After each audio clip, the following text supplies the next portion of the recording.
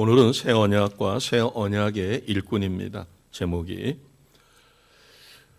창조주 하나님은 천지를 창조하실 때 우리가 알고 있는 것처럼 말씀으로 창조해 주셨죠.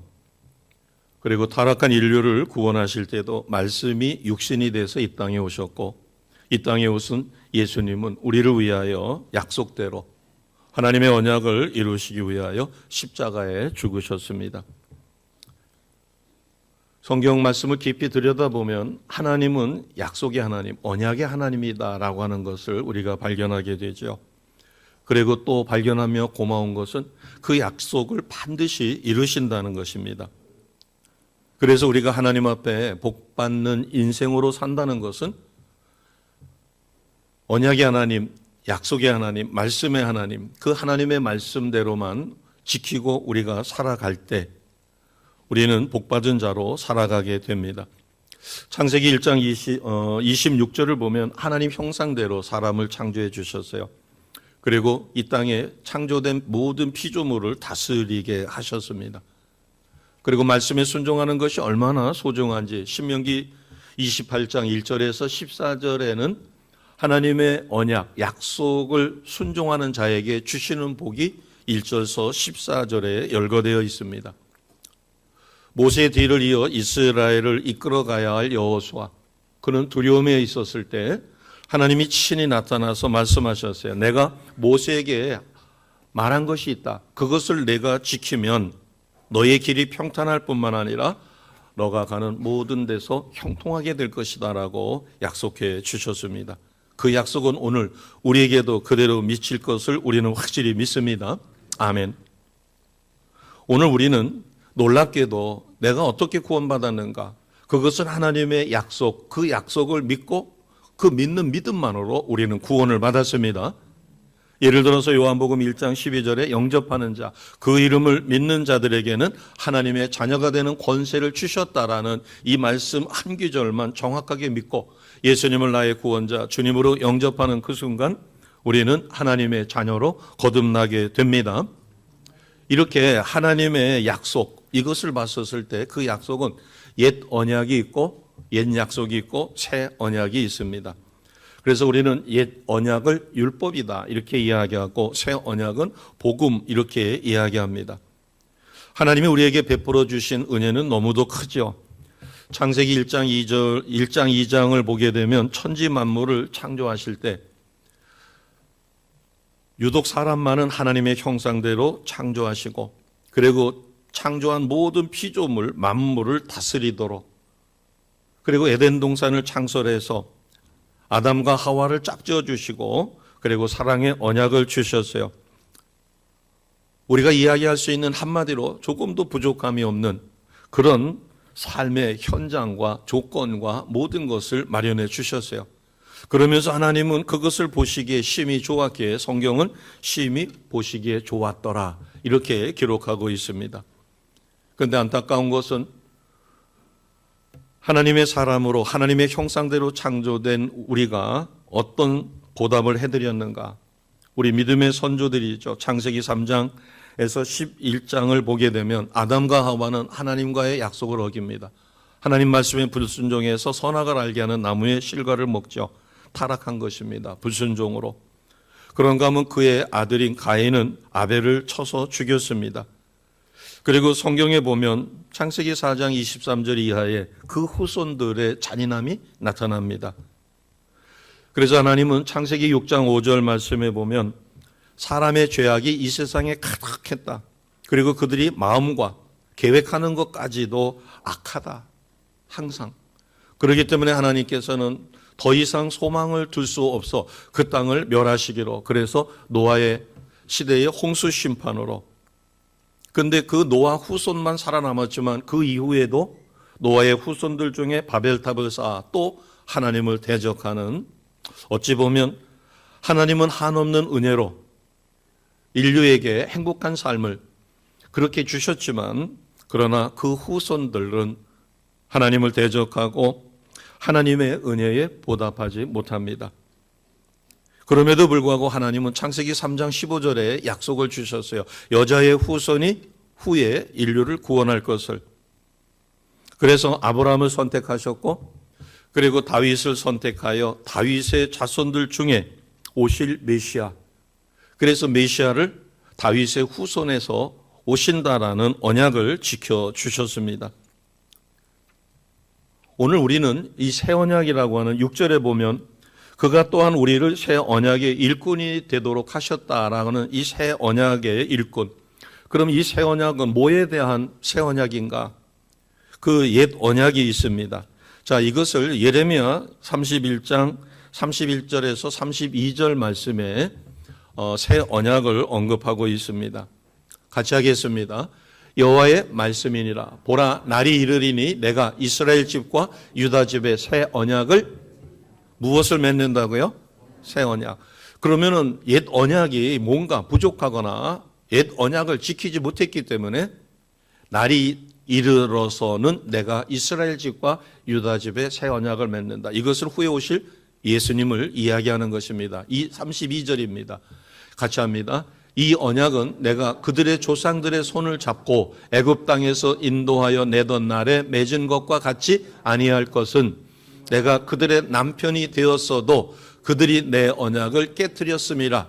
여호와의 말씀이니라. 아멘. 32절에 보면 왜 옛 언약을 대신에 새 언약을 보내셨는가? 그것은 이스라엘 백성을 애굽에서 종살이하던 그들을 불러내어 시내산에 이르렀을 때 하나님의 택한 백성이기 때문에 모세를 통하여 십계명을 주었고 그 말씀을 지키면 복된 삶을 산다고 약속하셨어요. 그런데 자신의 아내처럼 돌보았던 이스라엘이 서두에 말씀드린 것처럼 하나님을 계속해서 말씀에 순종하지 못하고 하나님을 서운케 하는, 심지어는 하나님 앞에 대적하는, 그래서 그 언약을 깨뜨렸다. 그렇기 때문에 새 언약을 보냈다라는 것입니다. 새 언약은 우리가 이미 알고 있는 것처럼 예수 그리스도의 구속과 믿음만으로 구원을 받는 언약입니다. 자, 로마서 8장 3절에서 4절 말씀을 보겠습니다. 같이 합니다. 율법이 육신으로 말미암아 연약하여 할 수 없는 그것을 하나님은 하시나니 곧 죄로 말미암아 자기 아들을 죄 있는 육신의 모양으로 보내어 육신의 죄를 정하사 육신을 따르지 않고 그 영을 따라 행하는 우리에게 율법의 요구가 이루어지게 하려 하심이니라. 아멘. 구언약은 이스라엘 백성이 지킬 수 없었습니다. 간단하게는 10가지 십계명이었지만 그것조차도 지킬 수가 없었어요. 그래서 예레미야 31장 32절에는 이스라엘 백성이 남편 되시는 하나님의 그 약속을 깨뜨렸다. 그래서 하나님은 새로운 언약을 주셨어요. 그 언약은 예수 그리스도를 통해서 이루어지는 것이죠. 그래서 이 신약의 언약을 새 언약이라고 하는데요. 이것을 우리는 다른 말로 복음이라고 합니다. 이것은 반드시 이루어지죠. 왜냐하면 하나님이 창세기 3장 15절에 약속하신 여인의 후손을 보내어 메시아로 이 땅에 말씀이 육신이 되어 오셨고 성령으로 예수님을 나의 구원자 주님으로 믿을 수 있도록 각 심령마다 감동을 주었기 때문에 그 감동에 순종하는 자는 하나님의 자녀가 되었습니다. 그래서 구원받고 하나님의 형상을 회복하며 주어진 사명을 회복하는 것이에요. 자, 6절을 보겠습니다. 6절 같이 갑니다. 시작. 그가 또한 우리를 새 언약의 일꾼 되기에 만족하게 하셨으니 율법 조문으로 하지 아니하고 오직 영으로 함이니 율법 조문은 죽이는 것이요 영은 살리는 것이니라. 아멘. 우리가 사순절을 맞아 그 어느 때보다도 경건의 삶이요 하나님 앞에 최선의 삶을 살려고 노력하게 되죠. 왜? 그것이 바로 6절에 보면 하나님은 옛 언약으로 그들이 그것을 지킬 수 없고 오히려 그 율법을 통하여 자신들의 죄만 드러나게 돼요. 그래서 예수님을 이 땅에 보내셨고 십자가에서 인류의 모든 죄를 대신하여 용서받게 하셨어요. 그래서 누구든지 그 예수를 믿기만 하면 그 복음의 능력으로 우리는 하나님의 자녀가 됐고 6절에 있는 것처럼 새 언약의 일꾼으로 쓰임받습니다.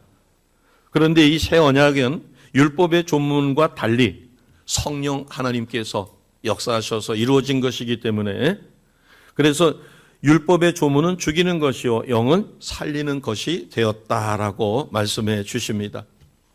바꿔 이야기하면 우리는 하나님의 은혜 가운데 하나님이 새로운 언약을 주셨고 그 언약의 주인공인 예수께서 이 땅에 오셔서 십자가에 죽으심으로 우리는 예수님을 믿을 수 있는 하나님의 자녀가 되었습니다. 그것조차도 하나님이 우리를 벼랑 끝에 몰아놓고 믿을 수밖에 없도록 예수님을 영접할 수밖에 없도록 그렇게 하셨기에 우리는 하나님의 자녀가 되어진 것이죠. 그래서 우리가 어떠한 죄를 짓는다 할지라도 예수의 이름으로 하나님 앞에 철저하게 회개하면 다시는 그 죄를 묻지 않는 하나님의 은혜 가운데 세워졌습니다. 그런데 안타까운 게 있습니다. 하나님이 우리를 구원해 주신 목적이 있는데 그 구원해 주신 목적을 우리는 자꾸 잊어버려요. 그래서 사순절 기간만이라도 우리가 왜 하나님이 나를 구원해 주셨는가, 나를 구원해 주신 그 목적이 무엇인가를 정확하게 알고 그것이 오늘 6절에 있는 것처럼 새 언약의 일꾼으로 쓰시려고 나를 세워주셨는데 우리는 하나님의 뜻대로 사는 것이 아니라 내가 살고 싶은 대로 내 방식대로 사는 거예요. 그렇다고 해서 주일 성수조차도 하지 않고 완전히 하나님을 떠나면 뭔가 벌받을 것 같고 두려운 마음이 떠나지를 않으니까.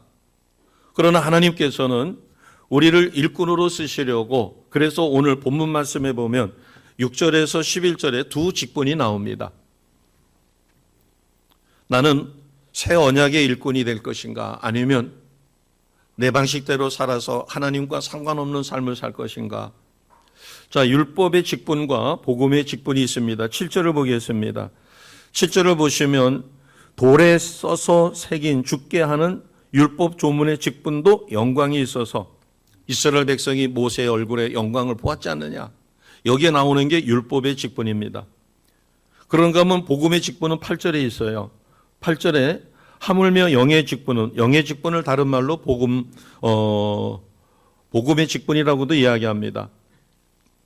더욱 영광이 있지 않겠느냐. 바꿔 이야기하면 율법의 직분이라고 하는 것은 9절에 있는 말씀처럼 정죄의 직분이다. 우리가 율법대로 살려고 최선을 다합니다. 십계명을 지키려고. 그러나 결과는 지키지 못해요. 그렇기 때문에 율법이라고 하는 잣대를 가지고 놓고 보면 내가 죄인이라는 사실을 부인할 수 없는 그것을 검증하는 하나의 근거가 되는 것이 율법이죠. 그 율법이 나를 구원하지는 못합니다.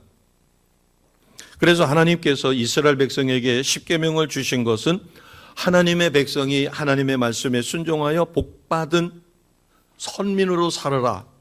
그러나 그들은 자신의 본성을 다스리지 못해서 하나님의 법을 어기게 됐고 결국 율법은 죄를 드러내는 방편으로 쓰임받는 것처럼 돼버렸어요. 그래서 11절에 보시게 되면 이 율법은 언젠가는 폐하게 돼요. 그러나 율법이 버려진다는 개념보다는 예수님이 이 땅에 오심으로 그 율법을 온전히 완성시키는 그와 같은 삶을 살게 됩니다. 그러면 새 언약, 6절에 있는 새 언약의 일꾼의 그 새 언약은 어떤 것인가? 이것은 우리가 이미 알고 있는 것처럼 예수님을 나의 구원자 주님으로 영접하여 하나님의 은혜 가운데 하나님 자녀된 자가 살아가는 방식입니다. 그래서 이것은 육으로 된 것이 아니라 영으로 되었다. 자, 6절을 다시 한번 같이 선포합니다. 시작. 그가 또한 우리를 새 언약의 일꾼 되기에 만족하게 하셨으니 율법 조문으로 하지 아니하고 오직 영으로 하미니 율법 조문은 죽이는 것이요 영은 살리는 것이니라. 아멘. 주일을 성수하는데 여러 가지 모습이 있을 겁니다. 정말 하나님 앞에 받은 은혜에 감사하고 한 주간을 지나고 보니까 하나님의 은혜가 너무 감사한 거예요. 그래서 그 감사한 마음으로 주일 와서 하나님 앞에 찬양하고 예배 드립니다. 그런가 하면 또 다른 분은 주일 성수하지 않으면 뭔가 마음에 부담이 되는 거예요. 그리고 자칫 잘못하면 하나님의 진노를 받을 것도 같고 그런 두려움에 와서 예배를 드리다 보니까 자발적으로 드리는 것보다는 마지못해서 안 드리는 것보다야 훨씬 낫겠지만 우리가 잘 알고 있는 것처럼 가수가 노래를 부르는데 먹고 살기 위해서 어쩔 수 없이 직업이니까 부른다. 그러면서 기교가 있고 테크닉이 있으니까는 거기에 온 사람들을 기쁘게 할 수도 있고 감동을 줄 수도 있겠죠. 그러나 전문가들이 그렇게 이야기합니다. 정말 그 무대에 섰다는 것 자체가 너무너무 감사하고, 왜냐하면 자기가 그런 무대를 사모했었는데 쓸 수가 없었는데 그것을 섰다는 것 자체가 너무 감사하고, 그리고 노래를 너무 사랑하기 때문에 자기는 비록 배고른다 할지라도 그 무대에 서서 그 순간만큼은 이 세상에서 가장 행복한 사람으로, 그렇게 거기에 노래에 빠져들어 그 노래를 부를 때 많은 사람들은 감동을 받습니다. 그래서 좋아서 행하는 사람을 이길 자는 없다, 이렇게 이야기합니다.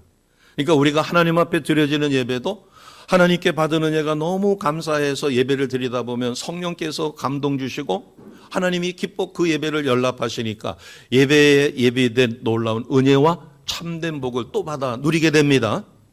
그러나 억지로 오다가 보니까 몸은 여기 와 있어도 마음은 딴 데가 있는 거예요. 생각은 지금 딴 데가 있는 거예요. 사랑하는 아내나 사랑하는 남편이 닥달을 해가지고 가정 평화를 지키기 위해서 몸은 여기 와 있어요. 그런데 생각은 지금 딴 데가 있는 겁니다. 내가 지금 어디 갔으면 지금 뭐를 할 텐데 하고, 이렇게 하다가 보니까 생각은 딴 데가 있고 성령이 아무리 내게 은혜를 주시기 위하여 내 마음을 지금 두들기고 있어도 내 마음이 강팍하니까, 내 마음이 열려 있지 않으니까 몸은 여기 있어도 은혜가 되지 않습니다. 또 잠마귀는 호시탐탐 그런 분열된 마음을 통해 가지고 와서 말씀을 못 듣게 만들죠. 이 옛 언약은 하나님께서 모세라는 선지자를 통하여 이스라엘 백성에게 주셨어요. 그러나 새 언약은 하나님이 친히 이 땅에 말씀이 육신이 되어 오셨고 모든 사람이 예수를 나의 구원자여 주님으로 믿을 수 있도록 강력한 성령으로 기름 부으시고 그 성령의 역사로 믿어지게 하셨습니다. 그렇기 때문에 이 새 언약은 옛 언약과는 다른 모습으로, 그래서 우리는 하나님 영광 안에 살아갈 수 있게 되어지는 것이죠. 자, 18절 말씀을 보시면 이 새 언약, 복음의 직분은 우리가 그대로만 사라진다면 하나님께서 하나님의 영광에 참여할 수 있게 만들어 주세요. 18절을 같이 하겠습니다. 시작.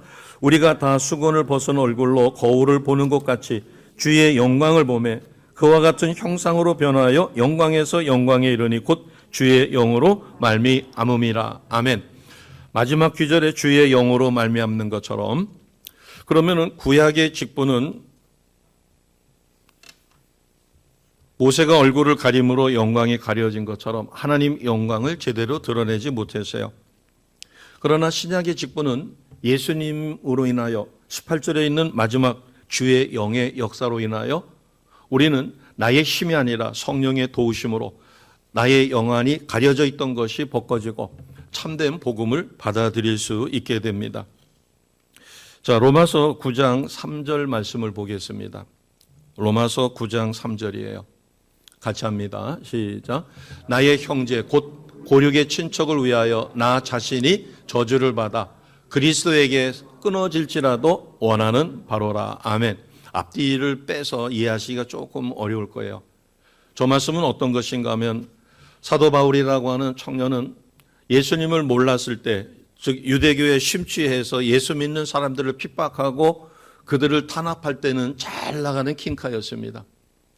그리고 그는 좋은 가문에서 태어나 그리고 인정받고, 그러나 다메섹에 있는 예수쟁이들을 체포하러 갔다가 그 도상에서 인격적으로 주님을 만나죠. 그런 다음에 참된 복음을 받아들이게 되고, 그런 이후에 자신이 깨달은 그 진리를 선포하는 전도자가 되죠. 그러다 보니까 40여 명이 바울을 죽이기 위하여 특공대를 조직해 놓고 그를 죽일 때까지는 자기들은 식음을 전폐하겠다 할 정도로 사도 바울은 예수님을 믿는 그 순간 유대교를 믿었던 자기 동족들로부터 박해를 받기 시작합니다. 그런데 로마서 9장 3절은 자신이 나의 형제 곧 고륙의 친척, 그러니까 유대 민족이죠. 유대 민족뿐만 아니라 이방인들에게 복음을 전하지만 이방인들은 복음을 받아들이고 변화되고 정말로 은혜 가운데 행복한 삶을 사는데 자기 동족들만은 유난히 복음을 받아들이질 않아요. 그래서 그는 마음에 큰 걱정이 있는 겁니다. 마음에 큰 금신과 그리고 그치지 않는 고통이 있다라고 고백한 게 바로 3절이에요. 나의 형제 곧 고륙의 친척이 예수를 믿지 않는 겁니다. 복음을 받아들이지 않는 거예요. 그 복음을 받아들이기 위해서 자신이 할 수만 있다면 자기 자신이 저주를 받아 그리스도에게서 끊어질지라도, 즉 주님으로부터 버림을 받을지라도 원한다는 것이죠. 이것은 어떤 의미일까요? 가난하기 엄마입니다. 아기가 밤에 열이 나서 응급실을 몇 번 왔다 갔다 했는데 열이 안 내려요. 이제는 더 이상 응급실도 갈 수가 없어요. 그래서 눈물로 하나님께 기도합니다. 하나님, 내 생명을 거두어 가더라도 이 아이를 살려주세요. 우리 아기를 살려주세요. 자, 그렇게 기도할 때 아기 엄마는 자기 목숨을 하나님이 걷어가기를 원하는 건가요? 아기가 낫기를 원하는 건가요? 아기가 낫기를 원해요. 얼마나 사모하고 간절하면 자신의 목숨을 거둘지라도 아기를 살려달라고 기도하는 것처럼 사도 바울이 그 얘기입니다. 자기 목숨은 끊어질지라도, 주님으로부터 버림받을지라도 자기 동족들을 구원할 수 있게 해달라. 그것이 소원이라는 것입니다. 그러면 왜 이스라엘은 이렇게 복음을 받아들이지 못했을까? 이것을 자기 동족들이 가장 잘하는 비유로다가, 그래서 이스라엘 백성이 좋아하는 위대한 선지자가 둘이 있습니다. 하나는 모세예요. 또 하나는 다윗이에요. 자, 14절을 보겠습니다. 14절. 지금 이 비유를 왜 들어서 설명하고 있는가 하면 이런 말씀은 이스라엘 백성들은 너무 잘 알아요. 왜? 모세에 관한 거기 때문에. 자, 14절 같이 하겠습니다. 그러나 그들의 마음이 완고하여 오늘까지도 구약을 읽을 때 그 수건이 벗겨지지 아니하고 있으니 그 수건은 그리스도 안에서 없어질 것이라. 아멘.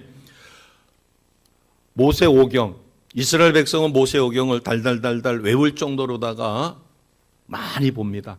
그리고 모세가 가르친 그 말씀은 하나님의 말씀으로 얼마나 잘 믿는지 몰라요. 그런데도 안타깝게 무엇이 벗겨지지 않고 있다고요? 수건. 이 수건의 유래는 하나님이 이스라엘 백성을 사랑하셔서 애굽에서 노예 생활하던 것으로부터 해방을 시켰고 시내산의 앞에까지 이르러 왔어요. 그럴 때 모세를 부르셨어요. 모세야, 이제 저 밑에 있는 백성은 나의 거룩한 택한 백성이다. 선민이다. 그래서 그들이 하나님 백성답게 살아갈 수 있도록 내가 율법을, 법을 정해줄 테니까 네가 그것을 가지고 잘 가르쳐 저 백성이 그 법을 잘 지켜 복된 삶을 살게 하라. 그래서 10가지 계명을 주신 것입니다. 그때 하나님의 영광이 얼마나 강력했던지 그 돌판도 두 번째 돌판 이야기입니다. 그것을 영광 가운데 이제 하나님이 두 개의 돌판에다가 그 계명을 새겨 주셨죠. 그것을 가지고 내려왔어요. 첫 번째 것은 깨졌고 이스라엘 백성이 내려오니까 금송아지를 숭배하고 있어가지고, 그러나 두 번째 하나님이 다시 불러서, 그렇게 좋으신 하나님입니다. 그 돌판을 가지고 내려올 때 하나님의 영광이 얼마나 강력한지 모세의 온몸에서, 특히 얼굴에서 광채가 너무 강한 거예요. 그러니까 이스라엘 백성이 앞전에 모세가 산에서 내려올 때 자신들이 금송아지를 숭배하다가 만여 명 이상이 떼죽음을 당했죠. 하나님의 진노로. 그 두려움이 있어서 그런지 몰라도 모세 앞에 가까이 오지를 못해요. 광채가 너무 강해서. 그래서 모세가 수건을 가져오라고 그래서 자신의 얼굴에다가 덮었어요. 그랬더니 이제 그 수건으로 인하여 그 얼굴에서 나는 광채는 조금 가려졌지만 그래도 그 광채가 어디 가겠어요? 지금 그 얘기입니다. 자, 이것을 오늘날 우리식으로 바꿔서 이야기하면 어떤 이야기일까요? 우리가 하나님의 말씀을 읽어도 내 마음에 모세의 얼굴에 수건이 가려져서 광채가 가려진 것처럼 하나님의 영광이, 하나님의 은혜가 하나님 말씀 속에 또 예배 때 말씀을 들어서 우리가 아멘, 아멘 할 때 놀라운 역사가 일어납니다. 그런데 귀에 수건이 덮여 있는 것처럼, 얼굴에 수건이 덮여 있는 것처럼, 우리의 마음에, 우리의 영에 수건이 덮여 있는 것처럼 하나님의 말씀이 차단되는 거예요. 은혜를 받지 못하는 거예요. 하나님이 능력이 없어서 은혜를 못 주는 게 아니라 내가 완악한 마음을 열지 않는 거예요. 그러니까 우리는 현대적으로 표현할 때 강팍한 마음을 열지 않는다. 그래서 예수님도 말씀하셨잖아요. 길가밭이 있고 돌밭이 있고 가시덤불 밭이 있고 그 다음에 좋은 땅, 옥토는 말씀이 심겨져서 열매를 맺지만 나머지 밭들은 말씀이 심겨지질 않는다는 거죠. 그러니까 우리가 예배를 똑같이 드리더라도 내가 마음을 열고 집중해서 필요할 때 아멘, 아멘하고 말씀을 받아들여야 되는데 마음에 뭐가 덮여 있는 거예요? 수건이 덮여 있는 거예요. 이 수건이 제거되지 않는 거예요. 눈에 보이는 수건 같으면 누구나 다 제키겠죠. 그래서 사도 바울은 뭐라고 이야기하는가? 하나님이 복받으라고 주신 10가지 계명, 율법이 오히려 그들에게는 죄만 드러내는 자신들의 악함만 드러나는 하나의 잣대가 돼버렸다는 거죠. 그러면 어떻게 해야 될까요? 16절입니다. 16절 같이 갑니다. 16절 같이 합니다. 시작. 그러나 언제든지 주께로 돌아가면 그 수건이 벗겨지리라. 아멘. 내가 강박한 마음을 풀고 아멘, 아멘하고 그 말씀을 받아들이면, 그러니까 여기에 사도 바울이 얼마나 답답하면 모세의 영광을 가렸던 수건이 하나님의 영광을 가리지 않았느냐. 너희들이 두려워하지 않고 진실된 마음으로 하나님의 그 영광에 너희들도 참여해야 되는데 너희들이 두려워하고 가까이 오기를 뭐하니까 모세가 의도적으로 수건을 가지고 얼굴을 가려서 하나님의 영광을 가렸지 않느냐. 하나님은 너희 마음을 두들기고 너희가 돌아오라고 바꿔 이야기하면 사순절 거룩한 삶, 경건한 삶을 통하여 하나님이 예비하신 놀라운 은혜를 회복하고 하나님의 일꾼으로 쓰임받으라. 그것이 6절의 새 언약의 일꾼 되라는 것입니다. 그런데 이스라엘 백성이 그렇게 못했던 것처럼, 그래서 사도 바울은 그것을 예를 들어가지고 돌아오라. 어떻게? 16절에 언제든지 주께로 돌아가면 그 수건이 벗겨집니다. 15절을 보겠습니다. 15절 같이 합니다. 시작. 오늘까지 모세의 글을 읽을 때 수건이 그 마음을 덮었도다. 어떤 사람은 하나님의 말씀을 읽을 때 감동이 돼서 아멘, 아멘하고 눈물로, 그리고 그 말씀이 꿈틀꿈틀 살아서 역사하고, 그래서 하나님의 말씀을 읽다 보니까 밤이 새는 줄도 모르고 그 말씀 속에 빠져들어 감격하며 말씀을 읽는 사람이 있어요. 마음의 수건이 벗겨진 겁니다. 성령의 도우심으로. 그런데 누구는 읽어보면 수면제 먹지 말고 성경책을 읽으면 잠을 금방 잔다는 거죠. 마음이 수건으로 덮여 있는 거예요. 영안이 닦여 있는 겁니다. 그래서 15절에 보면 오늘까지 모세의 글을 읽을 때 수건이 그 마음을 덮었다. 자, 14절을 보겠습니다. 14절 같이 갑니다. 다시 한번 읽습니다. 시작. 그러나 그들의 마음이 완고하여 오늘까지도 구약을 읽을 때 그 수건이 벗겨지지 아니하고 있으니 그 수건은 그리스도 안에서 없어질 것이라. 아멘. 이 수건만 벗긴다면, 즉 자신들이 가지고 있는 편견만 내려놓는다면 하나님의 말씀, 복음, 예수가 메시아고 나의 구원자라는 사실을 믿을 텐데, 우리가 마음이 청결하여 마음이 거룩하여 하나님의 음성이 그대로만 들려질 수 있는 마음의 수건이 벗겨진다면 우리는 사순절 기간을 하나님이 우리에게 주신 것에 너무너무 감사할 것입니다. 왜냐하면 반드시 나는 변화될 것이기 때문에 그래요. 오늘날 JMS 때문에 난립니다. 이단이 무엇을 가지고, 그래서 이단은 정통 복음처럼 순수하게 이야기하는 것이 아니라 우리는 나의 행위로 구원받지 못합니다. 하나님의 은혜로. 하나님의 은혜 가운데서도 믿어지는 믿음도 누가 주셔야만 가능해요? 우리가 이미 경험해 봤잖아요. 내가 죄인이라는 사실을 인정해야 되는데 그게 머리로는 인정이 되는데 내 마음으로 인정되지 않아 아무리 회개를 해도 입에 발린 회개예요. 진실한 회개가 안 이루어집니다. 그런데 이단은 행위 구원을 이야기해요. 전적인 행위 구원을 이야기하는 게 있고 절반의 행위 구원을 이야기합니다. 그러다 보니까 그 메시아를 따라야만 되고 그 메시아 말에 순종해야 돼요. 그러다 보니까 JMS 같은 경우는 그가 터치해 주는 것으로 인하여 그것이 오히려 하나님의 사랑이고, 그러다 보니까 여러 가지 심각한 문제가 발생하죠. 율법이나 도덕이나 선한 행위로 구원을 얻을 수 있다고 가르치고 긍정적인 마인드만 가질 수 있도록 그렇게 해주고, 그러다 보니까 확신을 갖지 못한 그 연약한 심령을 붙들고 놀랍게 역사를 하는 것입니다. 우리가 상식적으로 보고 신앙 안에서 보면 도대체 저렇게 왜 이단에 빠지는가? 더군다나 JMS 같은 경우에는 남자의 비율보다도 여성의 비율이 훨씬 많습니다. 처음에 이대에서부터 시작했죠. 그래서 그들을 통하여 서울대, 그다음에 연대, 고대, 그리고 지금은 각 대학에 서클 동아리가 따로 만들어져 있지는 않습니다. 통일교 같은 경우는 원리연구회라고 해가지고 있고 뭐 이렇게 덕이 있는데 거기는 서클이 있어도 이름조차도 찾기가 어렵게 되어 있어요. 자신들만 할 수 있도록.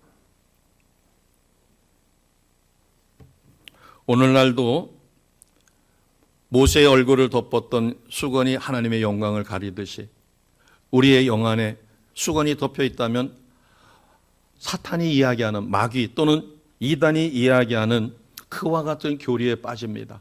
그리고 그들이 가지고 있는 악한 영에 사로잡혀서, 그러나 이것은 우리가 진실하게 나의 마음을 열고 예수님을 받아들이면 이 수건은 거쳐지고 우리는 참된 진리 안에 머물게 될 것입니다. 그 말씀이 16절이에요. 자, 16절 우리가 다시 한번 선포하겠습니다. 시작. 그러나 언제든지 주께로 돌아가면 그 수건이 벗겨지리라. 아멘. 모세의 글을 이스라엘 백성들은 읽었어요. 사도 바울이 사역하던 때, 예수님 그 사역 그 시대도. 그러나 유대인의 마음에 수건이 덮여 있어 의미를 바로 깨닫지 못했어요. 모세의 율법은 오실 메시아를 증거하고 있지만 그들은 마음의 수건을 덮어버렸기 때문에 예수님이 메시아이신 것을 믿지 못한 것입니다. 그래서 16절에 있는 것처럼 언제든지 주께로 돌아가라. 그러면 그 수건이 벗겨진다는 것입니다. 자, 예수님께서 친히 말씀하셨죠. 14장 6절입니다. 같이 합니다. 요한복음 14장 6절 같이 합니다. 시작. 예수께서 이르시되 내가 곧 길이요 진리요 생명이니 나로 말미암지 않고는 아버지께로 올 자가 없느니라. 아멘. 이단이 가장 좋아하는 성경 구절이라고 합니다. 예수 대신에 JMS, 예수 대신에 이만희, 성령에 사로잡혀 영적으로 체험이 없으면 이만희가 메시아면 어떡하지? 정명석이가 메시아면 어떡하지? 두려움이 있는 거예요. 그리고 그들은 교묘하게 그 사람의 약한 부분을 터치를 해가지고 그를 필요할 때 철저하게 그들의 필요를 채워주고, 그렇게 해서 그들이 어느 단계에 이르게 되면 이제 교리 안으로 들어가고 교주한테 빠지게 되는 거죠. 바울은 율법에 나타난 하나님의 메시지를 바로 깨닫게 하기 위해서 주께로 돌아가라고 가르쳐 줍니다. 율법은 모세를 통해서 왔어요. 그러나 십자가의 복음은 하나님이 친히 말씀이 육신이 되어 이 땅에 오셨고 예수님의 십자가 보혈의 공로에 의지하여 우리가 하나님으로부터 직접 받았습니다. 율법은 그리스도를 증거하기 위해서 주신 것인데 오히려 수건의 역할을 함으로 바울은 직접 그리스도께 나와야 된다. 이렇게 가르쳐 주는 것입니다. 예수님이 내가 길이요 진리요 생명이라고 말씀하신 것은 이제 율법과 제사와 선지자 시대가 끝났다라고 하는 것을 가르쳐 주신 것이죠. 우리의 사명은 무엇일까요? 사도 바울은 자신이 사랑하는 동족들로부터 핍박받고 박해받고 죽음을 당할 뻔하고 그렇음에도 불구하고 그 영혼들을 구원하기 위하여 심지어는 자신이 예수님으로부터 버림을 받는다 할지라도 그들을 구원할 방법이 있다면 그렇게 하겠다라고 하는 참으로 대단한 고백을 하는 것을 우리가 볼 수가 있죠.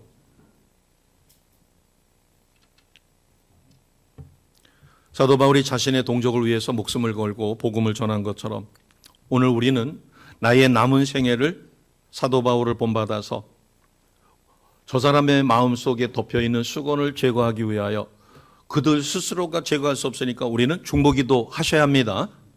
내가 복음을 전하려 하면 그 사람에게 덮여있는 저 수건을 성령께서 제거해달라고 중보기도 할 때 놀라운 역사가 일어납니다. 그래서 바울이 자기 동족을 위하여 남은 생애를 하나님 앞에 드리고 이방인들을 전도하기 위해서 최선의 삶을 살았던 것처럼 우리는 사순절 기간 동안 하나님이 나를 왜 구원해 주셨고 하나님 자녀 삼아 주셨고 오늘 예배 자리로 왜 불러 주셨는가, 그것은 6절에 있는 것처럼 새 언약의 일꾼으로 쓰시기 위하여 불러 주셨음을 우리는 확실히 믿습니다. 자, 17절 말씀 같이 합니다. 17절입니다. 시작. 주는 영이시니 주의 영이 계신 곳에는 자유가 있느니라. 아멘. 이단에 빠져서 또 이단에 빠졌다가 이제 갈팡질팡하는 거예요. 만약에 이만희가 메시아면 어떡하지? 정명석이가 메시아면 어떡하지? 내가 그가 나를 사랑한다고 하나님의 사랑을 받으라고 했는데 저건 아닌 것 같아가지고 성추행인 것 같아서 거절을 했는데 JMS가 진짜 메시아면 어떡하지? 이것은 악한 영에게 사로잡혀 그 마음에 두려움이 있는 것입니다. 그래서 바울은 우리에게 17절을 가르쳐 주셔요. 주는 영이시니 주의 영이 계신 곳에는 자유가 있습니다. 바꿔 이야기하면 우리가 내가 말씀으로는 잘 몰라도 하나님을 정말로 사랑하다 보니까 성령 하나님이 역사하셔서 예수님을 나의 구원자 주님으로 믿는 그 순간 성령을 우리는 받았습니다. 그 성령이 어디 계셔요? 나에게 내주하셔요. 어디에 내주하신다고 그랬어요? 나의 영 안에. 마음이라고 하면 안 됩니다. 가슴이라고 하면 안 돼요. 사람이 영이 있고 혼이 있고 육이 있어요. 혼은 정신의 세계라고 이야기해요. 혼은 사탄이 다스릴 수가 있어요. 그러나 내가 성령에 사로잡혀 사람의 영이 성령에 내 속에 내주하게 되면 사단은 그 영을 못 건드립니다. 그러니까 우리는 나사렛 예수의 이름으로 담대하게 외쳐서 악한 영들을 쫓아낼 수 있는 능력이 내주하시는 성령이에요. 그것은 내가 예수님을 나의 구원자 주님으로 신실로 믿었을 때 내가 죽었던 사람의 영이 살아나 그 영 속에 성령께서 와 계십니다. 이 영을 내주하시는 성령님 이렇게 이야기하는 거예요. 지금 성령께서는 내 주 안에 내 영 안에도 계시지만은 이 성전에 임재하고 계십니다. 왜? 각 심령에게 은혜를 주기 위하여. 그래서 내가 예수 믿고 내 영 안에 내주하시는 성령이 이곳에 임재하시는 성령의 도우심으로 내가 아멘 아멘 할 때 한없는 은혜가 쏟아져 들어옵니다. 영 안이 열려야 돼요. 내 마음이 열려야 돼요. 그래서 바울은 오늘 비유를 통하여 우리가 이제는 옛 언약이 아니라 새 언약, 그래서 그 새 언약의 일꾼이 되어 자기가 동족들을 위하여 그 영혼을 구원하기 위하여 내가 예수로 끊어진다 할지라도 나는 저들을 구원하기를 원한다 한 것처럼 깐난 애기 엄마가 내 목숨 하나님 거두시더라도 이 애기를 살려달라고, 내 아이를 살려달라고 간절히 기도하는 것처럼 우리가 사순절 기간 동안 죽어가는 영혼, 침체됐던 영혼, 내 가족 중에 아직도 예수를 온전히 영접하지 못한 영혼들을 위하여 강력하게 기도할 때 놀라운 역사가 일어납니다. 그들에게 덮여있던 수건이 벗겨지는 거예요. 그래서 우리의 중보기도가 중요한 것이죠. 그리고 우리가 경건한 삶을 통하여, 그래서 18절 말씀처럼, 자 18절 같이 갑니다. 시작. 우리가 다 수건을 벗은 얼굴로 거울을 보는 것 같이 주의 영광을 보매 그와 같은 형상으로 변화하여 영광에서 영광에 이르니 곧 주의 영으로 말미암음이라. 아멘. 우리는 하나님 영광에 참여하셔야 합니다. 우리가 예배를 드릴 때 앞부분에 성화의 시간이 있어요. 성령으로 기름 붓고 주의 보혈로 덮으셔 우리가 모든 죄가 용서받았기 때문에 하나님의 영이 말씀하시는 것을 우리는 들을 수 있는 자격이 회복된 것입니다.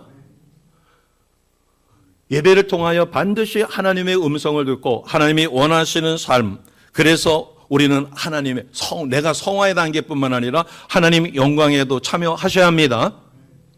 똑같이 중식을 준비할 때도 심령의 기쁨으로, 감사로, 그리고 하나님이 나를 이렇게 쓰신다고 하는 것으로 그렇게 할 때 우리는 놀라운 역사가 일어납니다. 자, 이제 서로 오늘 말씀 붙들고 축복해 주십니다. 새 언약의 일꾼이십니다. 이렇게 서로 축복해 주십니다. 한 번만 더 축복하시겠습니다. 주의 영광을 보십니다. 영광에 참여하십니다. 이렇게 서로 축복해 주십니다. 제가 부탁할 것은 내 주변에 아직도 수건으로 덮여 있는 그들의 심령을 우리가 중보기도하여 하나님 앞으로 인도하시는 새 언약의 일꾼 되시기를 주님의 이름으로 축복합니다. 아멘. 기도드리겠습니다.